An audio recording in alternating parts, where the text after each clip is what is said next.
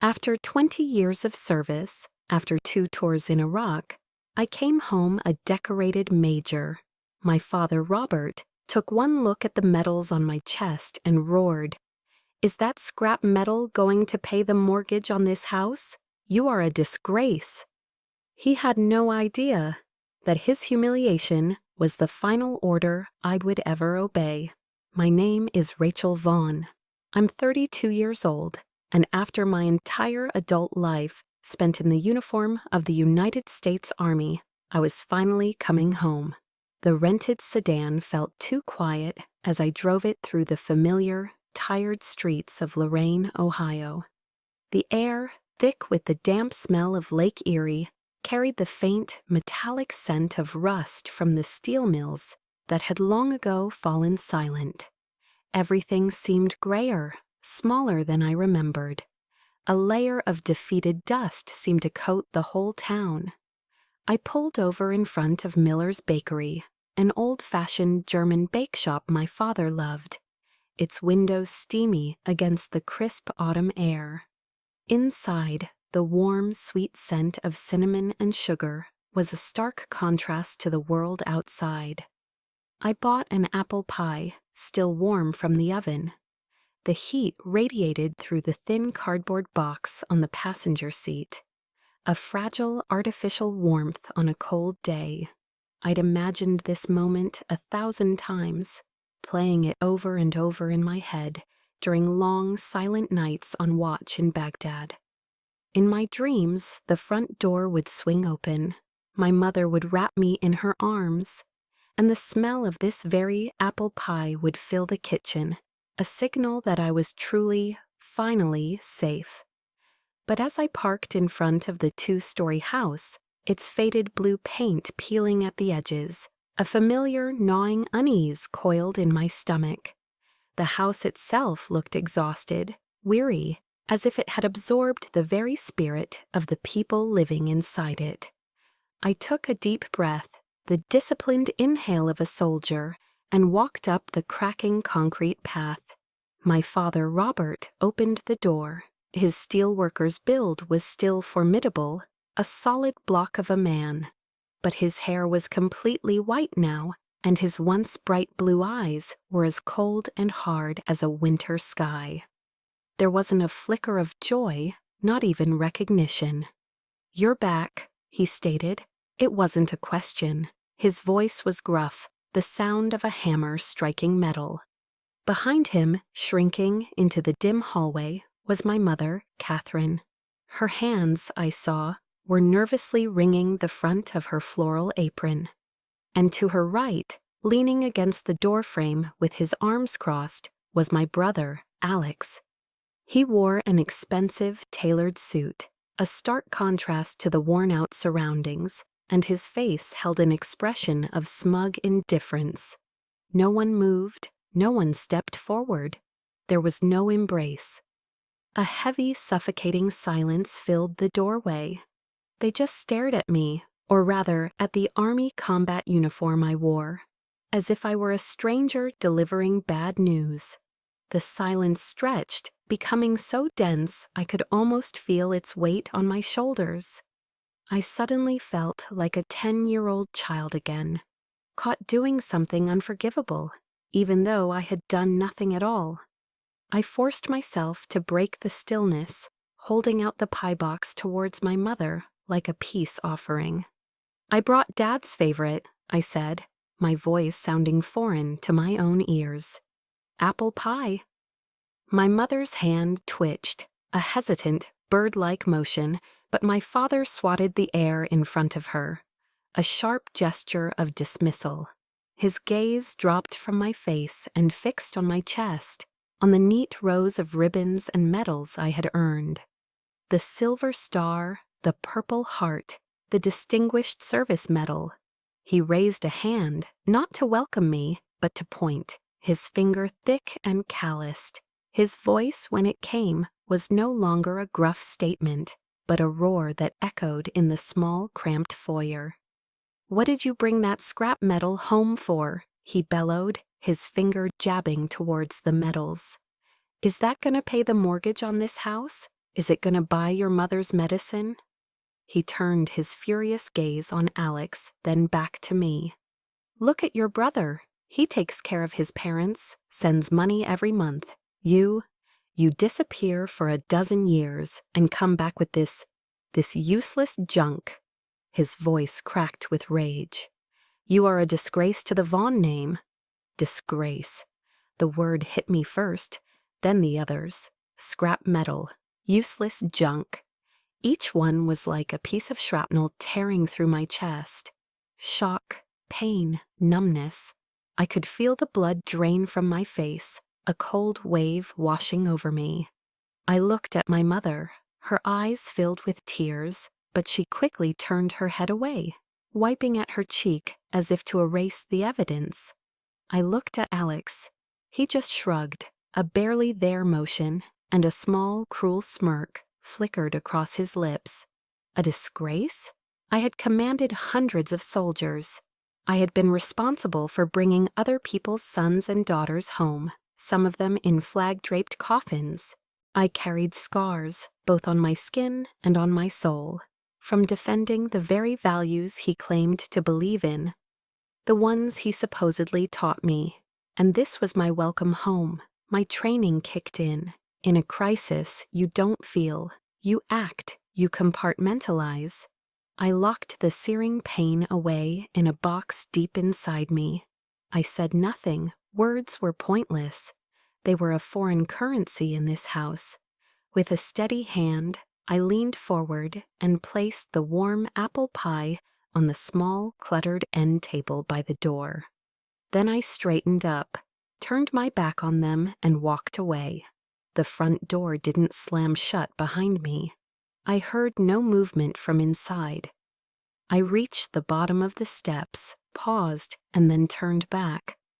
I walked up to the open door, took hold of the cold brass knob, and pulled it shut myself. The latch clicked into place with a quiet, final, and decisive sound. The cold from the front doorknob seemed to have seeped into my bones. Hours later, sitting on the edge of a stiff bed in a cheap motel room off the interstate, I still couldn't get warm. The air smelled of stale cigarette smoke and industrial cleaner. Through the thin window, the neon sign of a 24-hour diner cast a sickly green glow across the room, illuminating the dust motes dancing in the air. I couldn't sleep. My father's words played on a relentless loop in my mind. Scrap metal. The phrase echoed in the hollow space inside my chest. When? When had my life's achievements become scrap metal in their eyes? The question hung in the air, and slowly, like ghosts emerging from the fog, the memories began to surface. It started with the rooms we grew up in. Alex's bedroom was a shrine, a museum dedicated to his golden boy status. The walls were covered in blue ribbons from track meets, gleaming football trophies from his time as the high school's star quarterback, and framed honor roll certificates. My father, who rarely lifted a finger for household repairs, had spent an entire weekend building and staining a special oak shelf just to display Alex's awards. It was the centerpiece of the room, a testament to his value, his potential. My room, on the other hand, was bare. My walls were painted a plain, forgettable beige. There were no trophies, no ribbons, just my books, stacked neatly on a rickety particle board shelf, and a large, faded map of the world I'd pinned to the wall, covered in little red dots, marking all the places I dreamed of going. It was a map of escape. I asked my mother about it once when I was about 12. I didn't ask why my room was empty. I asked why his was so full. She'd given me that sad, tired smile of hers, the one that always came before an excuse. "Oh, honey," she'd said, smoothing my hair. "Alex is just more outgoing. He's into sports and things. You're the quiet one, the reader." It was her way of making the injustice seem like a matter of personality, a natural state of being. But it wasn't about our personalities. It was about their choices. It was the first time I understood that in our family there were two kinds of children, the one you invested in and the one you simply housed. The lesson became sharper, more painful when I was 16. I'd poured my soul into swimming since I was a little girl. It was my sanctuary, the one place where the world went silent, and the only thing that mattered was the rhythm of my own breath and the strength of my own body. That year I won the state championship in the 500-yard freestyle. It was the proudest moment of my young life. My name and picture were in the local paper, the Morning Journal. With trembling hands, I carefully cut out the small article and with a surge of shaky pride, taped it to the center of our refrigerator door. I wanted them to see. I wanted them to be proud. The next morning it was gone. In its place was a new magnetic notepad with a hastily scrawled note. Alex, football practice at 4, don't be late. My heart sank. I searched the kitchen, my hope dwindling with every passing second. That evening, while taking out the trash, I found it. My moment of glory, my picture, my name, crumpled into a ball and shoved into the bin, stained with coffee grounds and lying beneath a slimy banana peel.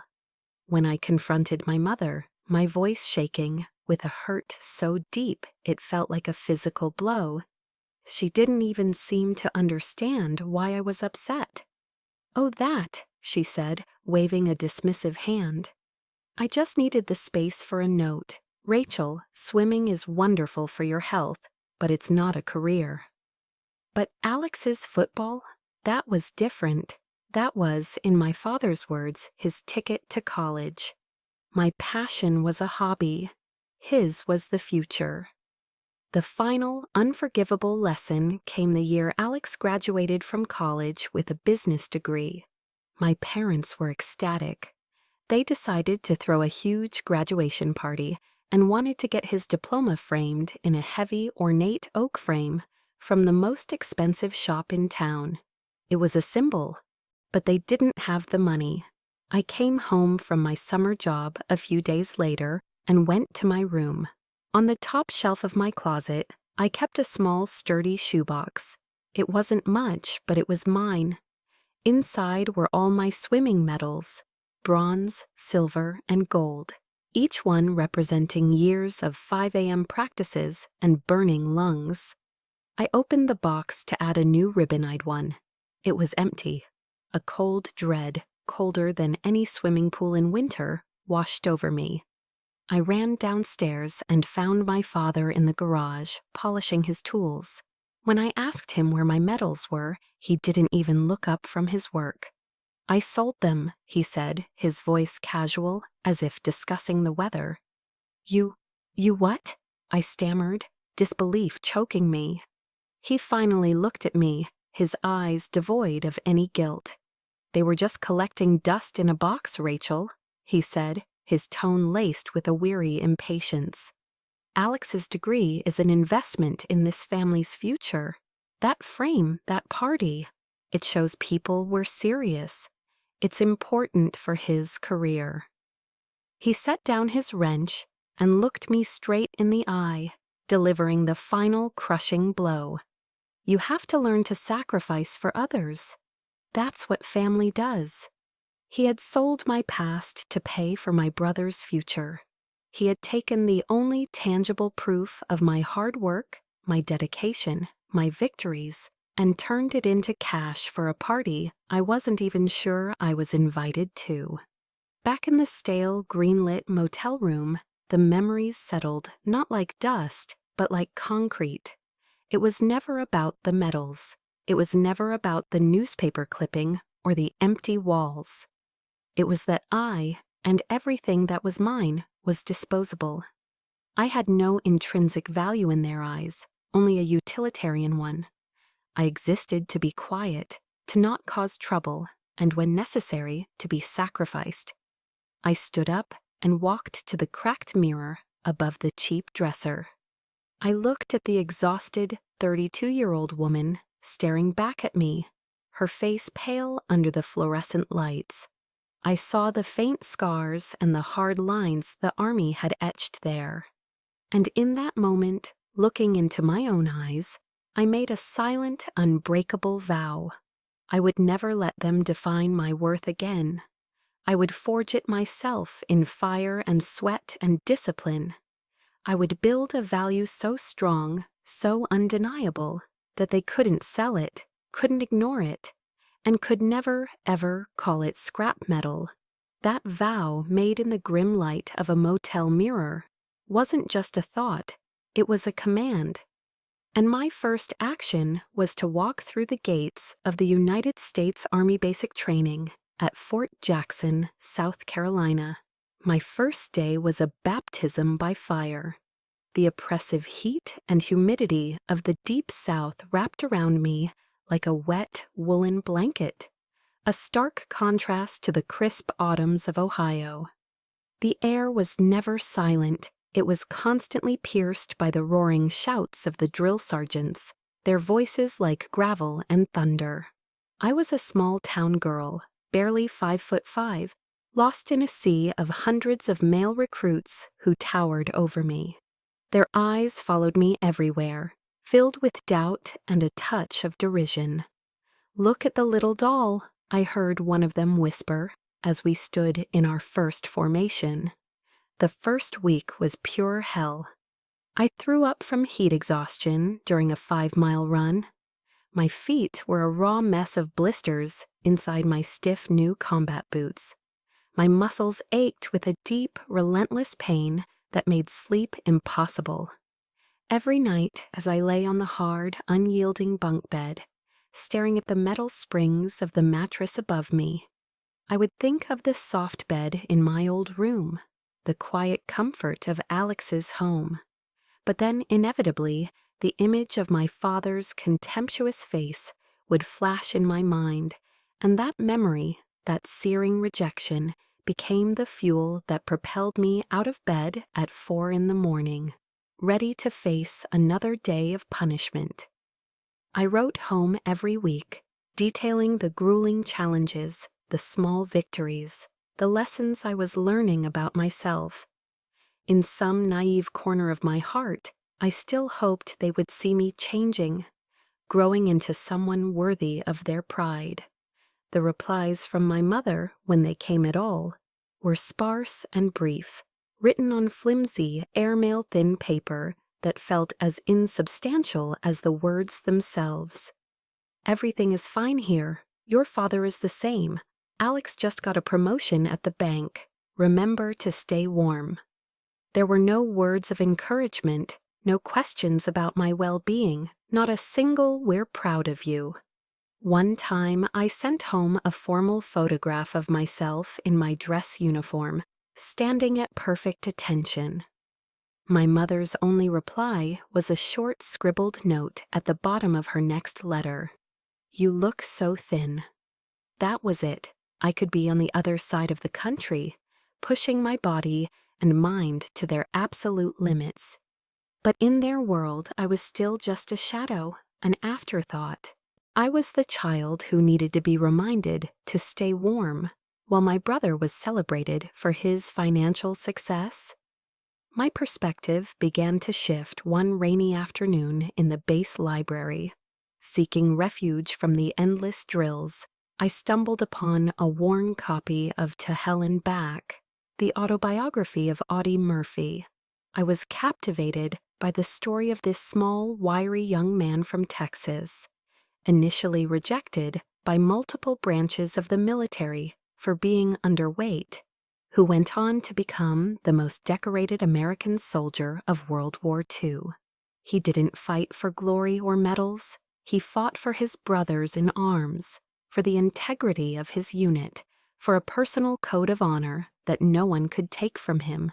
His story gave me a moral compass. I finally understood that honor wasn't something bestowed upon you by your family. It was something you forged yourself, day by day, in the smallest of actions. It was in the shine of your boots, polished to a mirror finish brighter than anyone else's. It was in running that extra mile when your lungs were screaming for air. It was in memorizing one more regulation, one more piece of the knowledge that could one day save a life. I stopped looking for approval from Ohio. It was never going to come. Instead, I focused all my energy on earning the respect of the soldiers marching, sweating, and bleeding beside me. The day of my basic training graduation was bright and clear. I stood at attention in my platoon formation, my uniform perfectly pressed, my posture ramrod straight. The stands were filled with families. All around me, I could hear the sounds of joyous reunions, laughter, tearful embraces, the frantic clicking of cameras. My family wasn't there. I stood alone, a solitary figure in the crowd. But for the first time in my life, I didn't feel lonely. I felt powerful. The emptiness in the stands where they should have been no longer felt like a void of rejection, but a space of freedom. When the company commander called my name, his voice booming over the loudspeaker, my heart didn't leap with a need for their approval. For demonstrating outstanding leadership, discipline, and motivation, the Distinguished Honor Graduate for Bravo Company is Private Rachel Vaughn. As I walked to the podium to receive the plaque, I didn't glance at the empty seats. I looked straight ahead at the endless blue sky, at the future I was building with my own two hands. The roar of the drill sergeants, once a sound of terror, now felt like a validation. I had survived, and this was only the beginning. After the solitary strength of graduation, I was assigned to my first duty station at Fort Carson, Colorado. The rugged beauty of the Rocky Mountains was a world away from the flat gray landscape of Ohio, but the loneliness I carried with me felt exactly the same. I arrived as a quiet, wary private, determined to prove my worth through hard work and to keep my head down. My platoon sergeant was a man named David Miller, though everyone just called him Dave.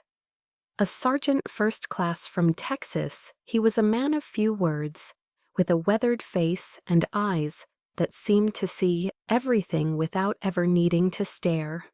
I was, at the time, the only woman in the platoon, and the casual sexism was an immediate, if predictable, challenge. A few of the older specialists took to calling me Princess and would try to assign me menial tasks, like cleaning the barracks while they worked on the vehicles. I never complained. I just did the work and tried to outperform them in every drill. One sweltering afternoon, we were performing maintenance on our armored personnel carriers. The air was thick with the smell of grease and diesel. A corporal, a guy named Henderson, who seemed to enjoy making my life difficult, accidentally knocked a can of used motor oil all over my clean uniform. He and a couple of his buddies snickered. "Whoops," Henderson said, his voice dripping with false innocence. "Better go clean that up, Princess." I clenched my jaw, my knuckles white as I gripped a wrench. Before I could even form a response, a calm, steady voice cut through the noise of the motor pool. "Henderson." It was Dave. He hadn't raised his voice, but the entire area went quiet. He walked over, his boots silent on the concrete, and looked not at me, but directly at the corporal. His gaze was flat, unreadable, and utterly commanding. "Clean it up," Dave said, his voice low and even. "For Private Vaughn, right now." He paused, letting the silence hang heavy in the air. "And from this moment on, you will remember that she is your sister in arms, not your punchline."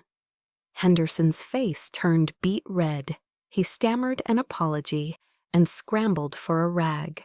I just stood there, stunned. It was the first time in my life anyone had ever stood up for me. That first Thanksgiving away from home, I was resigned to eating alone in the nearly empty mess hall on base. I sat with my plastic tray of lukewarm turkey and instant mashed potatoes, trying to ignore the profound ache of holiday loneliness. A few minutes later, 2 people stopped at my table. It was Dave and his wife, a kind-faced woman named Sarah. "Absolutely not," Sarah said, her smile warm enough to melt the Colorado snow. "We are not letting one of our soldiers eat Thanksgiving dinner alone." Before I could protest, they were whisking me away to their small off-base house. The moment I stepped inside, I was enveloped by the glorious smells of real roast turkey, stuffing, and fresh-baked pumpkin pie. They welcomed me into their home, sat me at their table with their 2 young children, and treated me not as a guest, but as one of them. I played with their kids, helped clear the table, and for the first time in years, I felt the simple, uncomplicated joy of being part of a real family. Later that night, as Dave drove me back to the barracks, he looked over at me. "In the Army, we look out for our own, Vaughn," he said quietly. "Out here, that's all we've got." My 21st birthday came and went a few months later with deafening silence from Ohio. No card, no call. By then, I had learned not to expect it. But that evening, when I trudged back to my room, exhausted after a long day of field exercises, I found my entire platoon waiting for me in the common area. They'd strung up a clumsy, hand-painted banner that read "Happy B-Day Vaughn," and on a small table was a lopsided chocolate cake from the PX glowing with candles. Dave lit a match and held it to the wicks. As 30 gruff, out-of-tune voices joined together to sing "Happy Birthday," I couldn't stop the tears from welling in my eyes. They weren't tears of self-pity, but of overwhelming gratitude. They had remembered. The people who owed me nothing had remembered, while the people who owed me everything had forgotten. It was in those moments, the quiet defense in the motor pool, the shared meal at a family table, the off-key song in a crowded barracks room, that I finally understood. Family isn't defined by DNA. It's defined by loyalty. It's forged in shared hardship and sealed by the simple act of showing up when it counts. These soldiers, these rough, imperfect men, were my brothers. We faced down danger together, shared meals in the dirt, and cleaned our weapons in respectful silence. Our bond wasn't written on a birth certificate. It was etched in our hearts with sweat, mud, and unwavering respect. This was my family. A family built on a foundation of honor. The years passed in a blur of deployments, promotions, and the steady, quiet rhythm of military life. The honor I had found at Fort Carson became the bedrock upon which I built my world.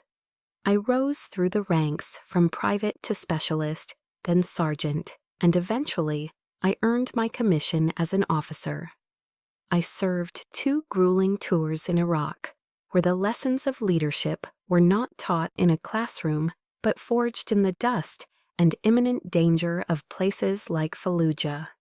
My life was disciplined, it was meaningful, and it was, to my profound relief, blessedly free of the chaos I had left behind in Ohio.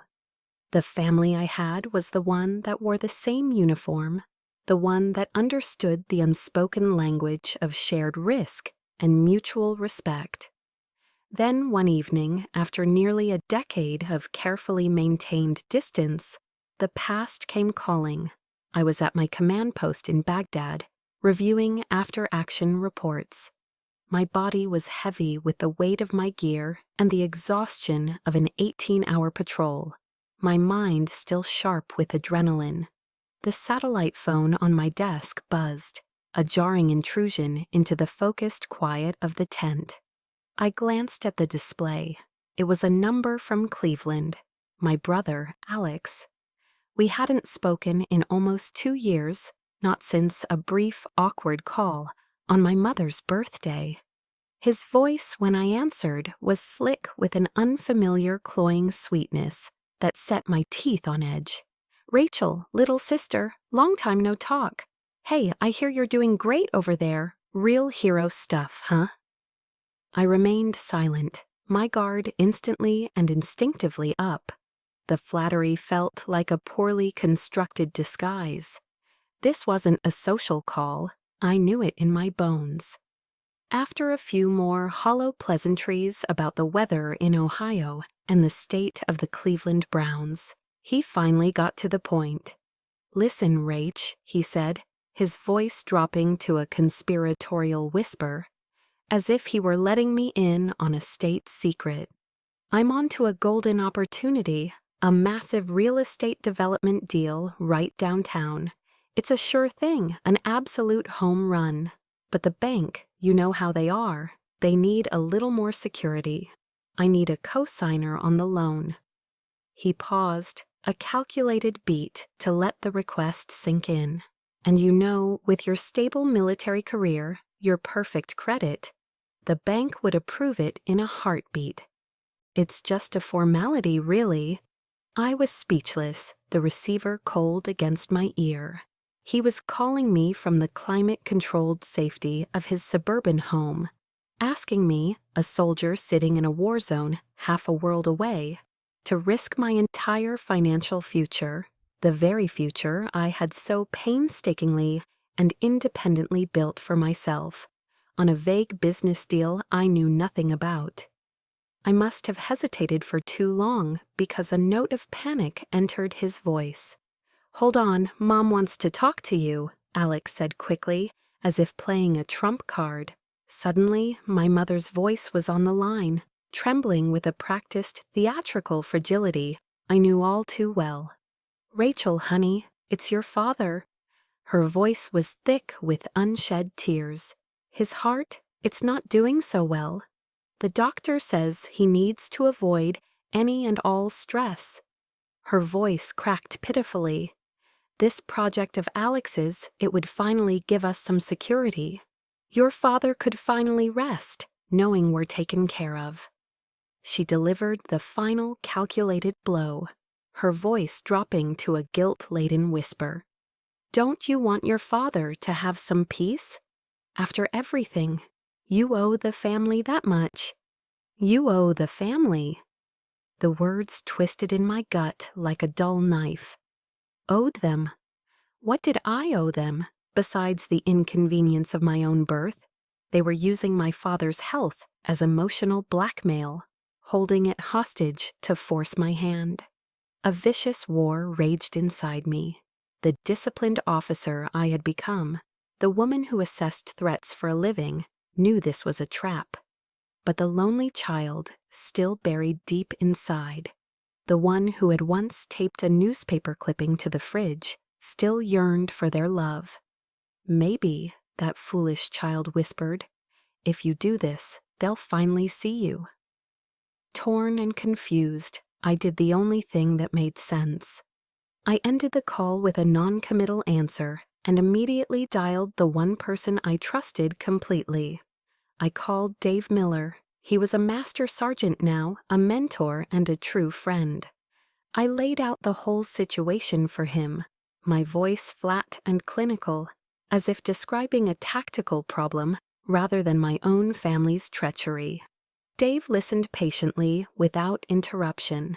When I was finished, his response was immediate and blunt. "Rachel, don't be a fool. That smells rotten from a mile away. You need to check him out. Let me make a call." With his network of contacts, it didn't take long. The truth, when it came, was uglier than I could have imagined. Alex's golden opportunity was a high-risk speculative gamble.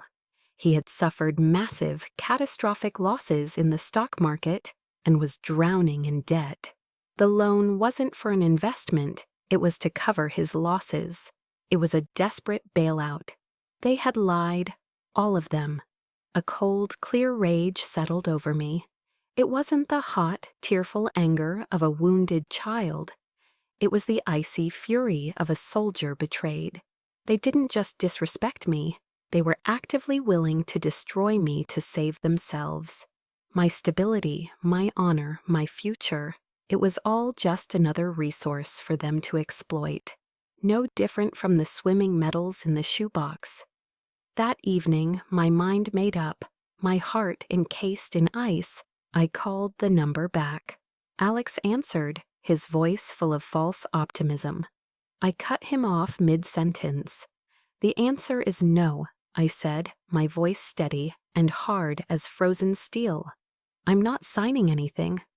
The fake charm vanished instantly. His voice became shrill with entitlement as he started shouting, calling me selfish, ungrateful, a disgrace.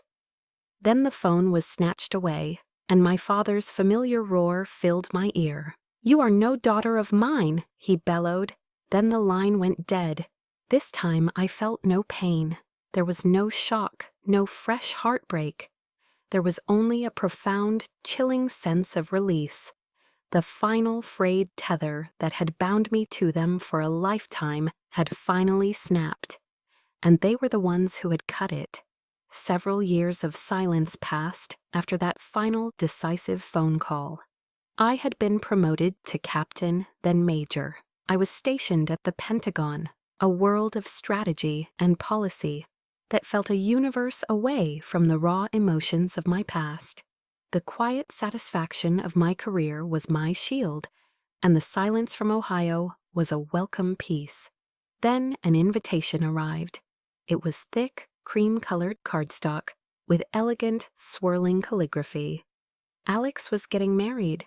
The reception, the invitation announced, would be held at a prestigious golf club in a wealthy suburb of Cleveland. For a moment, just a fleeting, foolish moment, a tiny crack appeared in the wall I had so carefully constructed around my heart. A sliver of hope, as faint and treacherous as a desert mirage, flickered to life. A wedding, a new beginning. Maybe marriage would mature him. Maybe this was their way of extending an olive branch, a chance to finally mend the shattered pieces of our family. Against my better judgment, I decided to go. I spent a week's salary on an elegant, floor-length navy blue gown and a ridiculously expensive crystal vase for a wedding gift. I wanted to show them I wasn't the failure they remembered. I wanted, for one last time, to walk into a room with them and be treated not as an obligation, but as family. The irony, when I realized it, was so bitter it felt like a physical taste. The date of the wedding was the Saturday of Memorial Day weekend. That same weekend, my old unit was holding a solemn ceremony at Arlington National Cemetery. They were dedicating a memorial plaque to the soldiers we had lost in a brutal, protracted firefight in Afghanistan. A battle I had commanded, a battle I had been lucky to survive. My duty was clear. But the foolish hope persisted. I called my mother, my voice calm and reasonable, explaining the situation. I would attend the ceremony in Arlington that morning to honor my fallen men, and then I would drive through the night to be at the wedding reception that evening. Her response was a frantic, pleading whine. "You have to be here, Rachel. You have to. Your father will never forgive you if you miss your own brother's wedding for a bunch of strangers." Strangers. The word hung in the air between us, cold and obscene. Those strangers were the men who had died under my command, the brothers who had bled out in the Afghan dust so that others, including myself, could come home. The line went cold with my silence. I kept my word. The ceremony at Arlington was a blur of dress blues, white marble, and heartbreaking grief. I stood with the families of my men, sharing their tears and their dignified sorrow. Then, my duty done, I got in my car and drove for 8 straight hours, fueled by caffeine and that last stubborn shred of hope. I arrived at the golf club as the main course was being served. The ballroom was a glittering spectacle of chandeliers and ice sculptures. I was exhausted, my heart heavy with the morning's memories. But I smoothed down my gown, put a polite smile on my face, and made my way towards the head table, the crystal vase heavy in my hands. But there was no place for me. The round table was set for 8. My father sat at its head, holding court. My mother sat beside him, beaming. Alex and his new bride were radiant. Her parents were there, and her brother. Every seat was taken. I stood there, a ghost in a navy blue dress, invisible in the warm glow of the reception. I finally caught Alex's eye. He looked at me, not with surprise, but with irritation. "Oh, you actually came," he said, loud enough for the table to hear. "I thought you were busy with your important stuff." He gestured vaguely around the room. "Sorry, we're full here. Guess you'll have to find an empty seat somewhere else." My father overheard. He chuckled, a low, rumbling sound, and leaned back in his chair. "She's used to roughing it in the field," he announced to the laughing table. "She can sit anywhere." The soft, cruel ripple of their laughter washed over me. It hit me like a physical blow, knocking the air from my lungs. The blood rushed to my head, hot and furious. This wasn't just an oversight. This wasn't just a slight. They were turning my service, my sacrifice, the very memory of the men I had just mourned that morning, into a punchline at a party. I looked at their faces one by one. Alex's smug, triumphant grin, my mother's complicit silence, her eyes refusing to meet mine, my father's open, undisguised contempt. And in that deafening, soul-crushing moment, a quote from Theodore Roosevelt, one I'd memorized years ago, echoed in my mind. "It is not the critic who counts. The credit belongs to the man who is actually in the arena, whose face is marred by dust and sweat and blood." I was not the critic. I was the woman in the arena. And my face was still marred with the dust of Afghanistan. I took one deep, steadying breath. I didn't shout, I didn't cry, I didn't make a scene. I simply turned my back on them, walked over to a nearby gift table, and placed the expensive crystal vase among the other presents. Then, without a single backward glance, I walked straight out of the ballroom. I stepped out into the cool night air of the parking lot, the sound of the party fading behind me. What would you have done? Would you have just driven away? Let the anger and humiliation eat you alive for the rest of your life? I didn't. I reached into my purse and pulled out my phone, its screen glowing in the darkness. The time for silent retreat was over. The time for enduring their disrespect had ended. I wasn't just leaving.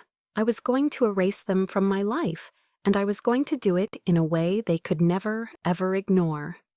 The drive back to my apartment in D.C. was silent and focused.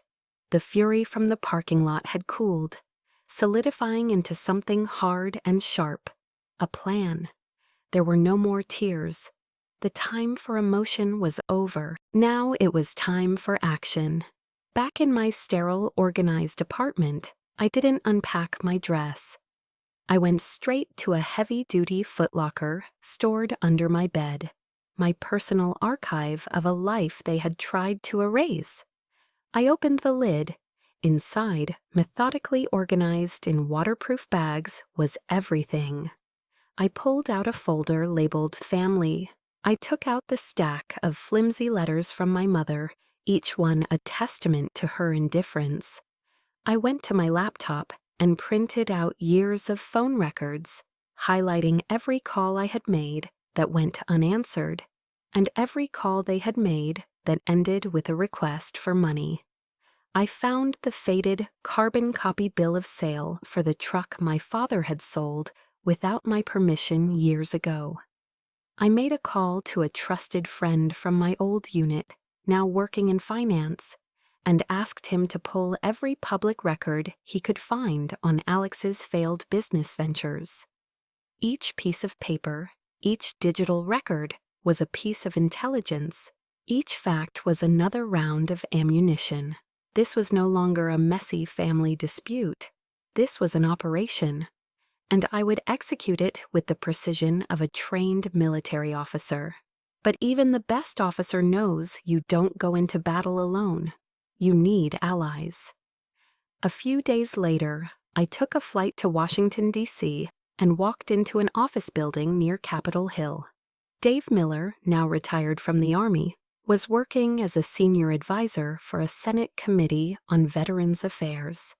I didn't greet him with tears or a hug. I walked in, placed a meticulously organized binder on his desk, and said, "Dave, I need to brief you on a situation." I presented my case not as a broken-hearted daughter, but as an officer outlining a plan of action. I laid out the evidence, the timeline of neglect, the financial exploitation, the final public humiliation. Dave listened, his face growing more grim with every page I turned. He looked at the phone records, the financial reports, the timeline of events. When I finished, he closed the binder and looked me in the eye, his expression hard as granite. "They went too far, Rachel," he said, his voice low and firm. "This isn't a family problem anymore. This is abuse. And it's an insult to the uniform you wear." He leaned forward. "What's your objective?" "To tell the truth," I said, "once and for all." He nodded slowly. "Then I'm with you, not just as your friend, but as a fellow soldier. We protect our own." During the next few weeks, as we prepared, a forgotten email surfaced in my government inbox. It was a formal notification from the Pentagon, sent months ago and buried under a mountain of daily briefings. It announced an upcoming ceremony where the president would be honoring a select group of officers for their quiet, strategic contributions to national security. My name, to my surprise, was on the short list for consideration for the Presidential Medal of Freedom. My first instinct was to delete it. Medals were the cause of this whole nightmare. They were just scrap metal. I no longer needed validation from a piece of ribbon and brass. But then an idea began to form in my mind, a strategic possibility so potent it took my breath away. What if? What if I wasn't just considered? What if I was actually chosen?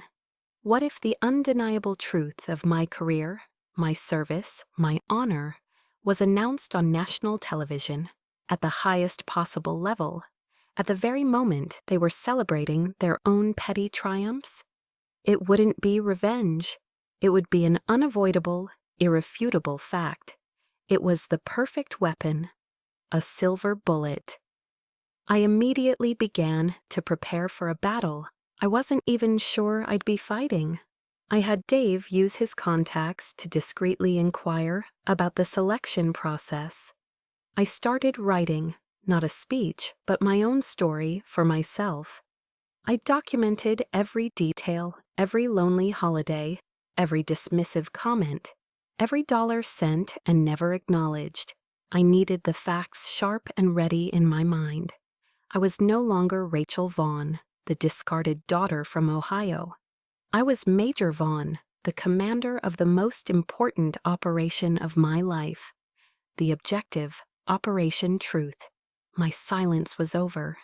It was time for the world to listen. The morning of the ceremony, I sat in a hushed waiting room in the East Wing of the White House. My Army service uniform was immaculate, the fabric crisp and heavy. I could feel the familiar weight of my medals on my chest, not as scrap metal, but as anchors to a life of purpose.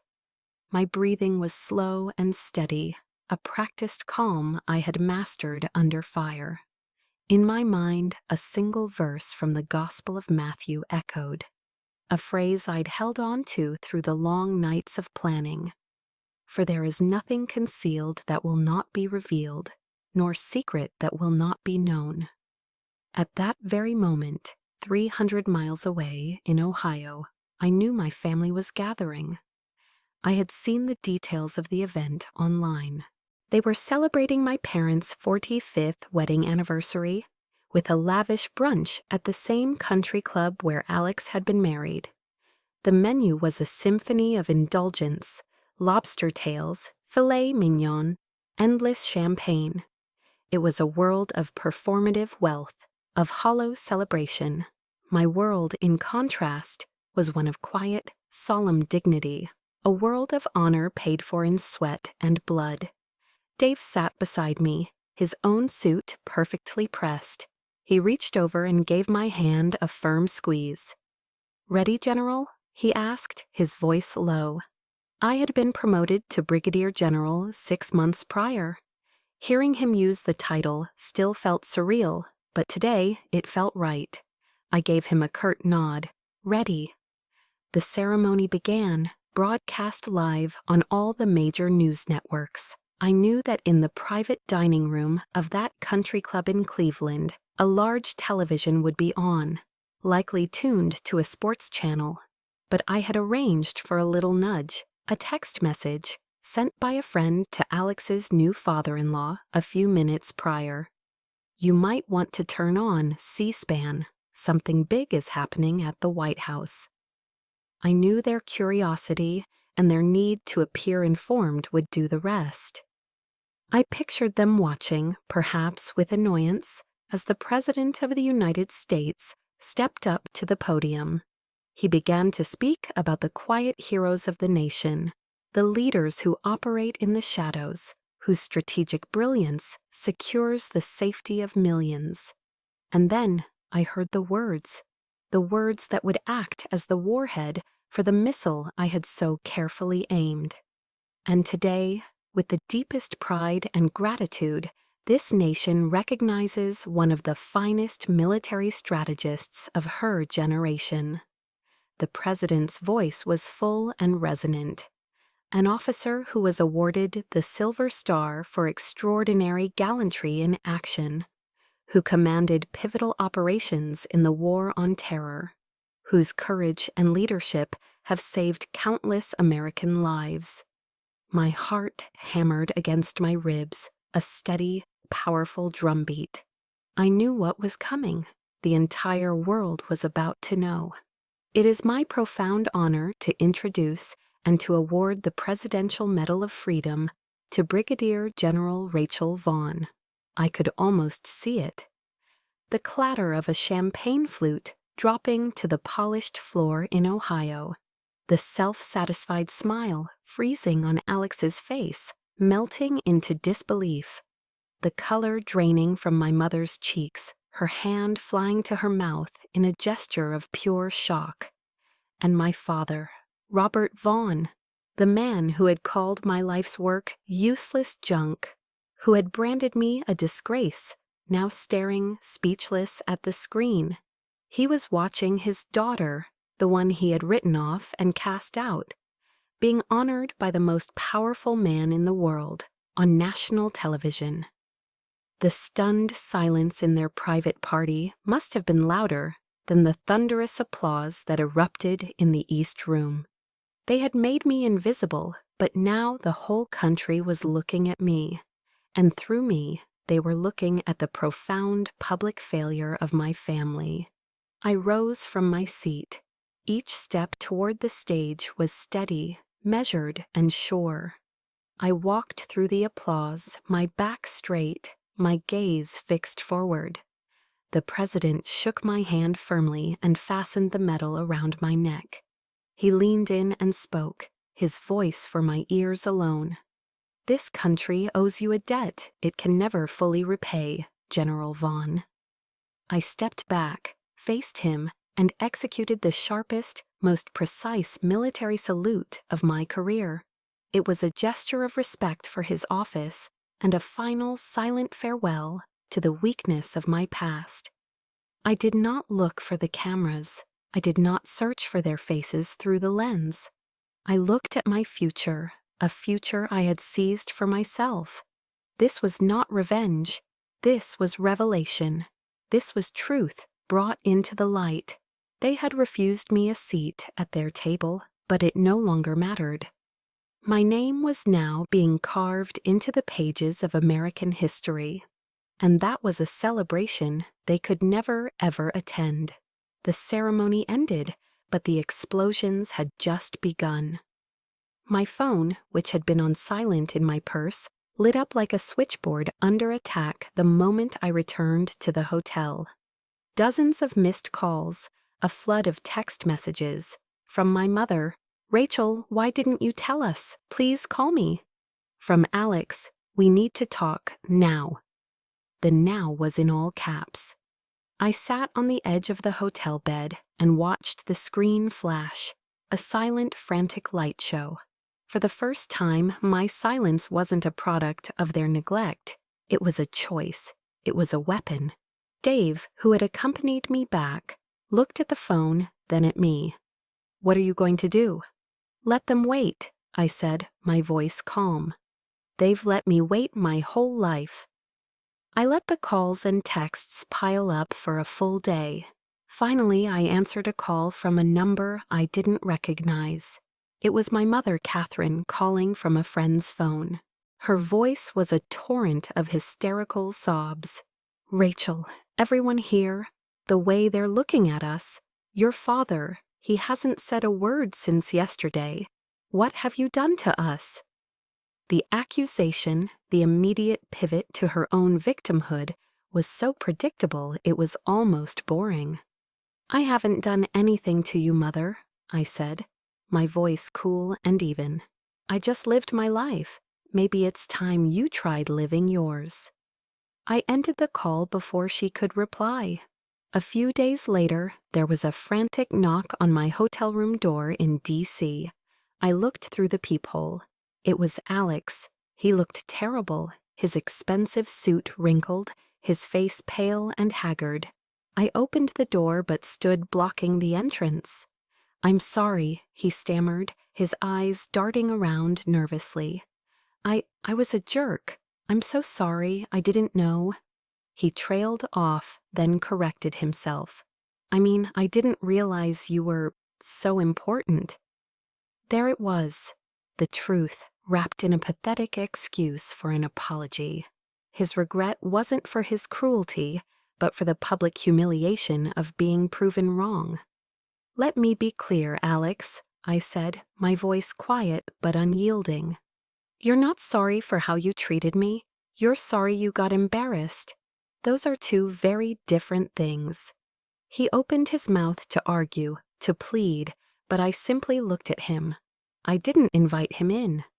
I let him stand there in the hallway, an unwelcome stranger at my door, just as he had let me stand on the edge of his wedding reception. He eventually turned and walked away. The most difficult call came that evening. It was my father. He didn't apologize. He didn't congratulate me.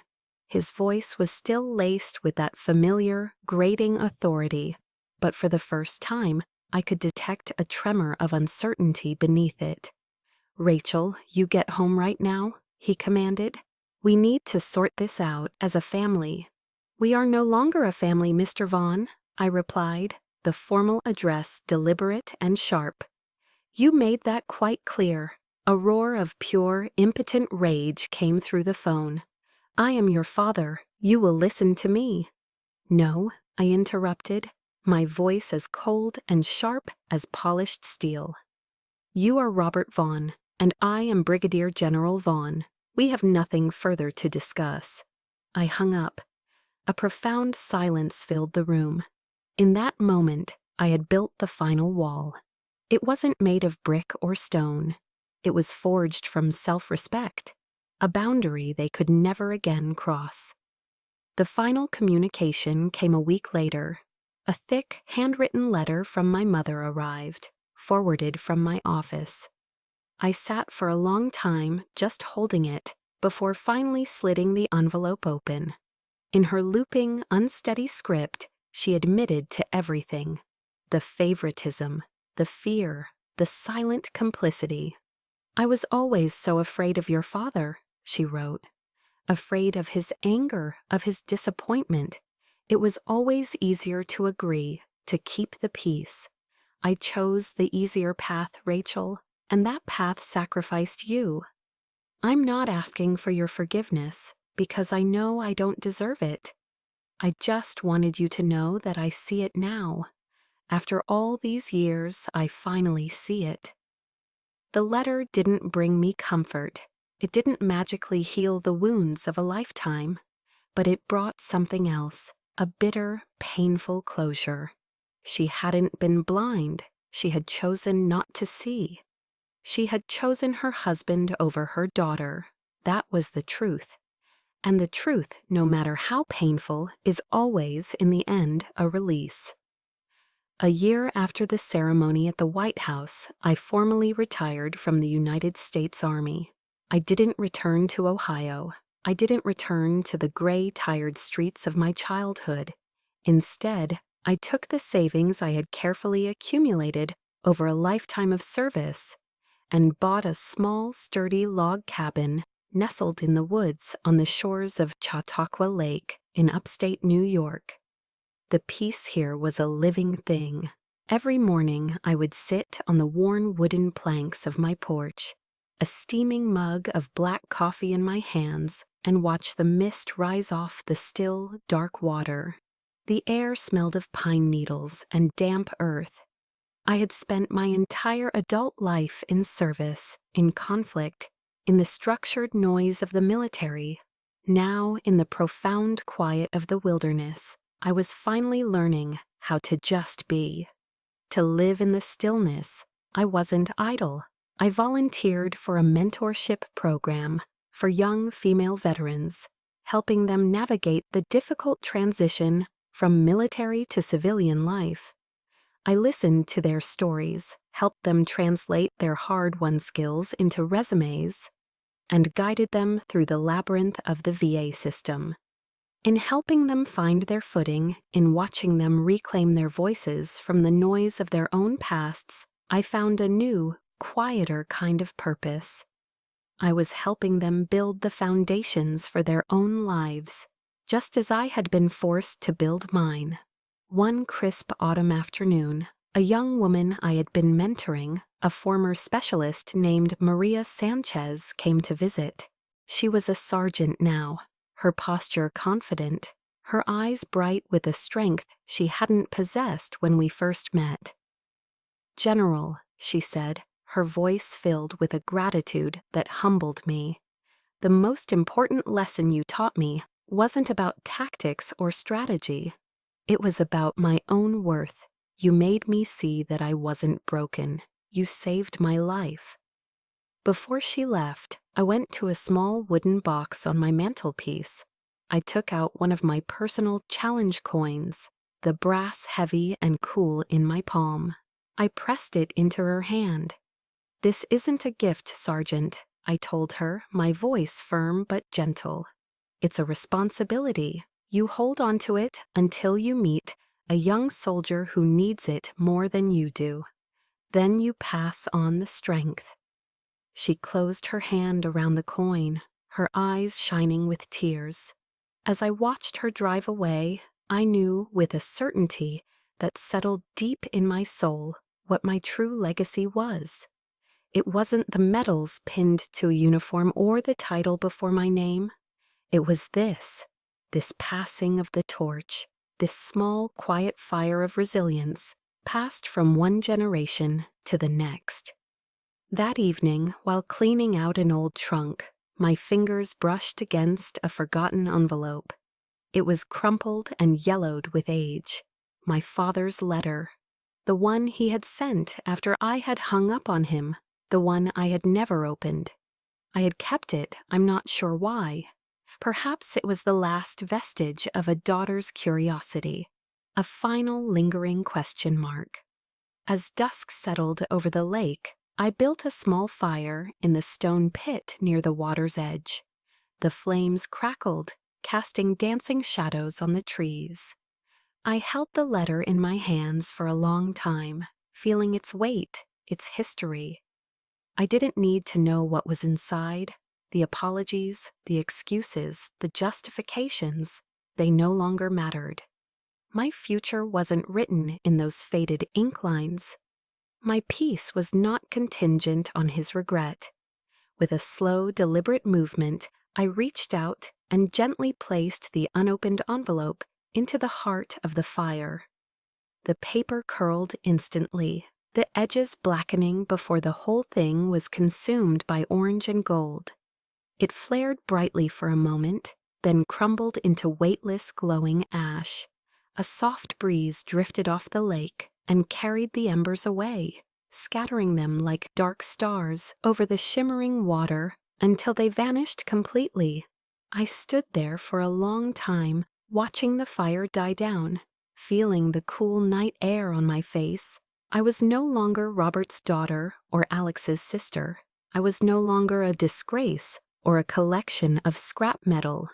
I am Rachel Vaughn, a soldier, a leader, a survivor, a mentor. And for the first time in my entire life, that name all by itself was more than enough.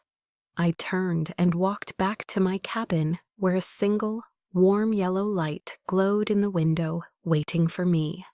Outside, the world was dark and silent. Inside, there was peace.